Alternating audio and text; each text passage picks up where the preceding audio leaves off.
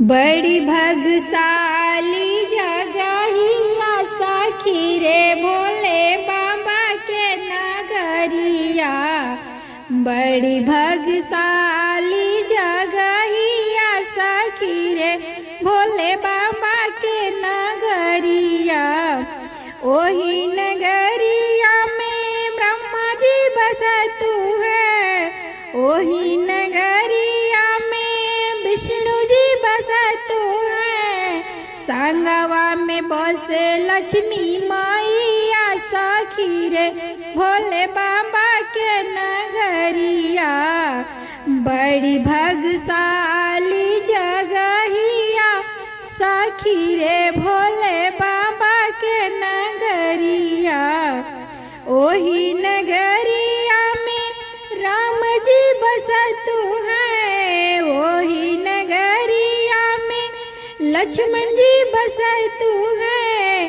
साथवा में बस सीता मैया सखी रे भोले बाबा के नगरिया। बड़ी भगशाली जगहिया सखी रे भोले बाबा के नगरिया। ओही नगरिया में कान्हा जी बसतु है, ओही नगरिया में बलराम जी बसतु है।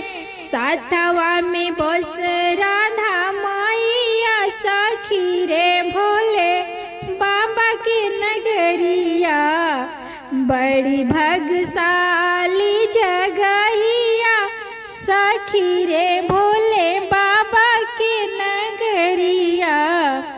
बड़ी भगशाली जगहिया सखी रे भोले बाबा के नगरिया। बोला हर हर महादेव की जय।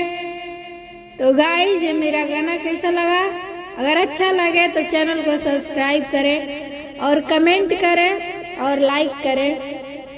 धन्यवाद।